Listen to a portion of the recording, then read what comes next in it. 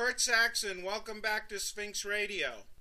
Hi. Now, Kurt, there's a lot in the news in the newspapers these days about how our economy is collapsing around us. J.P. Morgan Bank going to cut 3,000 jobs. The General Motors is about to close down. The entire auto industry is about to shut down. And the United States is heading towards a depression which will be as big as 1929 or even bigger. Now, at your websites, which are kurtsaxon.com, kurtsaxon.com, KURTSAXON,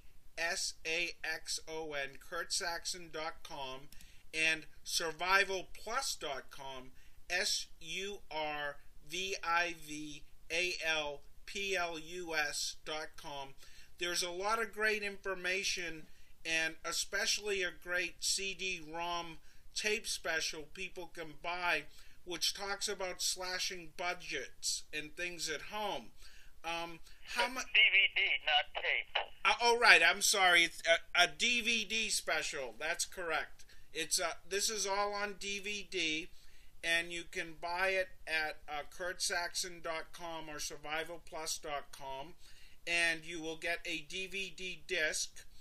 And on it, there's one of them that's just quite wonderful.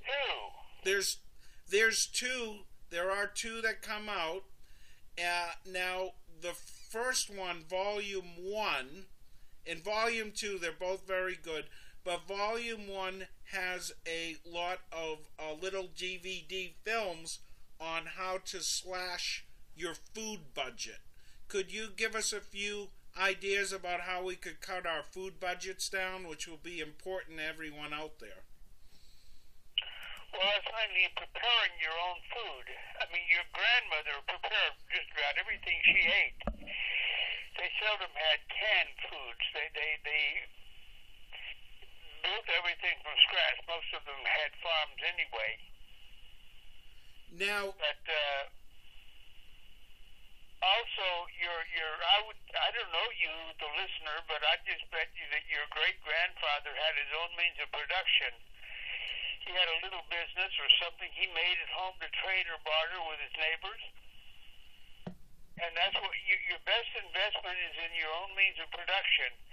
And my material tells anyone how to set up a home business. I mean, you take any little corner of your one of your rooms and set up a little workshop, and you can make just about anything that's in the Survivors. Right. The Survivors used to let... you should learn to do these things. Sure. The Survivors is a series of books which you can also get on this DVD disc collection, which has all sorts of interesting little home businesses you can start. Now, these days with the winter coming on, we're recording this in November, so on your Atlan Formularies DVD special, there are just some wonderful little films that show you how to produce your own food. For example, there's a short film which you star in, Kurt, which teaches you how to build a no-cost wheat and bean sprouter.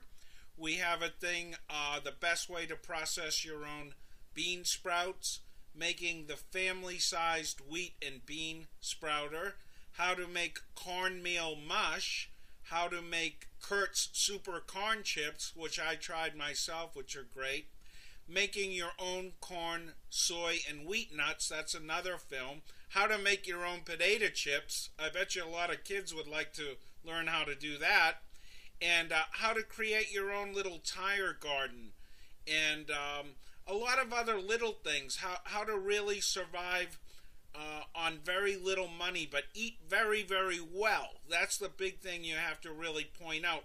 Now, I tried your super pancake recipe from this DVD collection, and they were really delicious, and they were really good for you.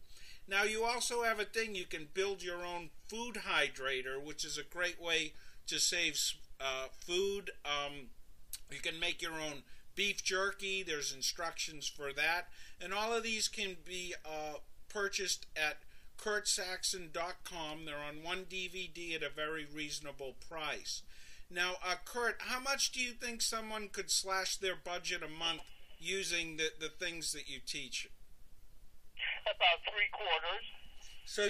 So the average family out there, say of 4, could cut their monthly grocery bill by 3/4 if they do things like buying in bulk and use a few common sense things. And I want to point out to everyone out there, I'm not a great cook myself, but the instructions Kurt gives on this DVD are very simple and easy, and anyone can follow them. They're not a hard thing to do. And at this juncture in time, it's just essential that people learn to slash their budgets, because we don't have the disposable income in this country we used to have, and it's only going to get worse as time goes on. I mean, the government's talking about bailing out the auto industry and the banks, but it's really like giving money to a compulsive gambler. They obviously don't know how to manage it. So as you say, people are going to have to set up their own mini means of production and take care of themselves, because you can't count on the supermarket in the way you used to. Now, what do you think about people going to places like Costco and Sam's Club and buying bulk products? Well, that's the best thing you can do. Because, you see, there are certain things that you use in your home you can't overbuy because you're always going to use them. Oh, so sure. Buy in bulk everything. Sure, even things like ketchup or cans of soup. And with these hard economic times, how much should people have for an emergency supply of food, would you say? Like how many days or weeks would you think? Oh, maybe a month. You should have at least a month. Because you're going to use it and buy in bulk, buy your canned goods by the case, and just set them up there, and you're going to use it all, so you can't overbuy. You can't waste money on that kind of thing. Oh, no, anything like that. Even things like toilet paper or napkins, buy in bulk, because, as you say, you're eventually going to use them. Now, I'll give people a quick example of what I did the other day. I love Dunkin' Donuts coffee, but it's very expensive to lay out $2 a cup every day at my local Dunkin' Donuts. So I went to a BJ's wholesale house, and I bought 4 large things of ground coffee from Dunkin' Donuts. But what I also did is I went online and got manufacturers' coupons for $2 each. So I drink my delicious, I figured it out, Dunkin' Donuts coffee for 17 cents a cup now, as opposed to $2.05, which I used to pay. So I guess what I'm saying is it's best for food to think strategically and get the best deal you can get out there, even at wholesale places. But also I impress it upon people to get a hold of your DVD set, because it gives really sound instruction on how to make very basic things very cheaply. There again, you can get it at kurtsaxon.com. Now, Kurt, would you agree the last thing you want people to do is, like, there's this TV show, I should say, Survivor Man, about this fellow who goes out into harsh environments and basically runs and guns and eats worms. Well, if society collapses, that's not the position you necessarily want to be in. That's the worst position. You want to prepare. Well, it wouldn't work because most people don't know how to do it, and besides, when the whole economy collapses, all of the game is going to be killed off. Oh, right. I mean, you really have to learn, as you say, produce your own little means of production and have your own even food supply means of production. And that includes things like, you have a wonderful thing, how to set up a tire garden. And you can grow all kinds of fruits and vegetables for your own consumption. You know, it's free. All you have to do is pay for the seeds and a few other minor things. But you can even get your own food production and supply going. Now, a year ago or 2 years ago, this sounded ridiculous to a lot of people, but with current events, it makes a lot more sense. Just pick up your daily newspaper and you'll see what I mean. Now, Kurt, would you agree that it's very important that people learn these basic skills, like how to grind wheat and corn and make their own corn mush. It's very important, isn't it? If they want to stay alive. That's the most important reason you can actually think of. And what people have to realize is that a lot of the big supermarket chains are in just as much economic trouble as the car companies or anything else. So a lot of them are going to be going down very quickly. Now, when you look at things like the California fires and the Katrina disaster, you really can't count on the federal government to help you too much. They have 300 million people to worry about. So we as individuals must take responsibility for ourselves, our own food supply, our own health care. And the government really won't bother you for doing this because you're one less person they have to deal with. They would probably encourage people to do the things we're saying because they're people that are no longer dependent on the state. Would you agree with that? Oh, yes. And that's what people really have to keep in mind. If you can take care of yourself, let's say you lose your job and move to a rural area and start producing your own food and setting up a little community networking where you barter and trade with other people, the government's really going to be glad that you did that because, as I said, that's one less person they have to feed or worry about. They got enough problems, you know. They're really not managing things well, so people have to take the onus on themselves. Would you agree? Yes, they'll have to. They'll have to because we have no choice. And what I should also point out to people is that survivalist thinking isn't, you know, a harsh thing. It sounds like a harsh word, but what we're really looking at is preparedness and living well after things fall apart. They're starting to fall apart now, but you just don't want to get by. You want to survive and thrive and have good things you like to eat and have good things you like to do. That's the big point of being alive. Would you agree? Yes, of course. And that's the big misconception I really have to constantly re-educate people on. Survivalist thinking isn't about running off into the woods and waiting for the world to end. It's about living very well and eating well and having books to read and films to watch and doing very interesting and fun things. I mean, there's no point in being alive if you're running around, you know, stealing food or eating worms or whatever. That's the last scenario on earth you want. And there again, I strongly recommend that people get this DVD collection at kurtsaxon.com or survivalplus.com. They're reasonably priced, and you'll learn more in a few hours from these. That's a big thing about film. Film, you can go through things step by step and watch how someone does something. If you get a book on cooking, it's all just words. Like, for example, in your film where you show people how to make really delicious corn chips, you go through it step by step. So anyone, even a child, could really do it if they watch the film. And I hope that people out there really start to think about the things we're talking about. Now, Kurt, what do you see as happening? Do you think the government will be able to bail people out? They don't have the money. All they can do is just print it, and then it's no good. Then inflation sets in.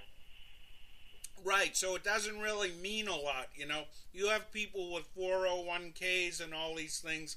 The actual money itself is fiat money, and it doesn't have the same meaning that it did, say, 5 or 10 years ago. This is just paper the government's pumping out. It's not based on gold. It's not based on anything, and there's really nothing they can do. The federal government has to borrow money so it can operate on its own without even giving out aid to anyone. So they're going right down the same tube as everybody else. Do you think so? Yes. Also, with those DVDs, you would never have to buy another gift because it tells you how to make everything you might want to give to someone, especially your kids. and Granddad's wonderful book of toys, you could make all of your toys. You'd probably get it in time to make all your toys for Christmas. Oh, definitely so.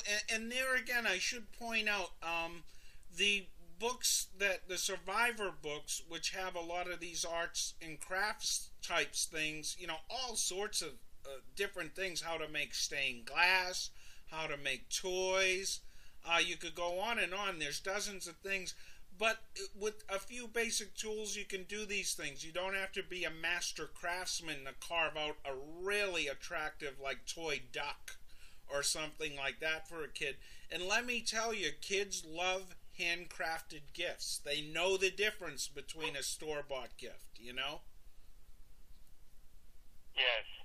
And the other thing is, Kurt, what do you think would be the best thing for people to do as far as heating costs go this winter? Well, just chop a lot of firewood. So you think people should get wood-burning stoves and go back to wood and be less dependent on oil and gas? Oh, yes. That's one thing a lot of people are going to have to do. I mean, it's unbelievable. I live in an urban area, and I see these things like firsthand now, and it's very, very frightening in that they're cutting back on everything. They're not even going to have food stamp programs in 2 or 3 years because, as you said earlier, the government simply can't afford to do it. They don't have the money. It is not there. The wealth has been transferred to other parts of the world like China and Russia, and we are now kind of left on our own. This is all, by the way, because of government and industrial mismanagement. That's a big part of why we're in this boat. But we really, there again, it's a matter of personal responsibility. Now, Kurt, you mentioned earlier that someone could cut their budget by as much as $3/4 a month. And there again, I want to point out, this isn't cutting it by $3/4 a month in eating things you don't like. This is cutting it by $3/4 in eating things you do like, and they tend to be a little bit more delicious because they're homemade and they're cooked in, good oils, and they're not processed foods like you get in a store. And even something like processed grain isn't all that good. Whole grain you grind yourself will actually fill you up quicker. It doesn't have a lot of these fake chemicals and air in it. So I really want to point that out. You can slash your food budget by $3/4 and eat the things you like. Is that right, Kurt? Oh, yes. And that's the big important thing about all of this. Now, Kurt, what is your opinion of a lot of these things you see advertised on the internet about survival foods, like buy a year's worth of survival foods that will last 15 years? What do you think of those things? Well, the only good thing about most of those survival foods is that they won't taste any worse 10 years from now than they do today. And that is a ripoff. That is a cheat. You don't need to buy these so-called survival foods. You make your own. Right, and a lot of these foods, I had the misfortune of trying a meatloaf dinner that was produced by one of these survival food companies, and the plastic container it came in tasted better than the actual food itself. If you ask me, it tasted like another big dull chunk of plastic. So you see things like, I saw a thing that you could get 2 years supply of food for $14,000 for 5 people. Well, on $14,000, if you learn the skills that are taught on Kurt's DVDs, that kind of money could last you 5 or 6 years, never mind 2 or 3. A long time. You could make $14,000, $14,000 go a lot longer on using Kurt's techniques than you could by buying, stuff from one of these survival food companies. And then, in a couple of years when they're out of business, you'll have nothing to replenish it and no skills to produce your own food. And remember, if you give a man a fish, you feed him for a day. If you teach a man to fish, you feed him for the rest of your life. And what these survivalist food companies are doing is they're selling you a fish for a year or two, but when that year or two is up and that company's not there, you're going to be hungry with no skills to eat. Would you agree? Oh, yes. Definitely so. Now, Kurt, we're at about 20 minutes. Is there anything else you'd like to say in this session to the people out there listening? Yes, I would say that during the Great Depression, thousands of people in Arkansas died of starvation. They called it malnutrition, but it was still starvation because these people didn't know how to do for themselves. But my grandparents did know how to do for themselves, so nobody in my family went hungry or unclothed or without shelter or heat or whatever. Because they learned to do things for themselves. They didn't depend on the system. They built up their own system. That's what you've got to do. Right. Now, your grandfather, he ran a little, like, general store, and he had a blacksmith shop and all sorts of... He had a farm. He had a farm. A lot of little things. Yeah, he did a lot of little... A blacksmith shop, a grain mill, and a sawmill. And this is all in one little area during the worst economic time in our country. And they're saying during the Great Depression, 5 to 7 million people died of what they called malnutrition. Another word for it is starvation. And the tragedy of that, like in Arkansas, those people died and they were surrounded by food. It was all around them. They just needed the skills to forage it and harness it from the environment. And that's really the great tragedy of what happened then. But to anyone listening now, you can avoid that fate. If you go to Kurt Saxon, you go to kurtsaxon.com or survivalplus.com, get the DVD sets which have these little films on. As Kurt said, you can make your own food and even learn some skills to trade and barter. Okay, Kurt, we're about out of time. I'd like to thank you again for being on Sphinx Radio. There again, everyone go to kurtsaxon.com, survivalplus.com, and thanks again for being on Sphinx Radio, Kurt.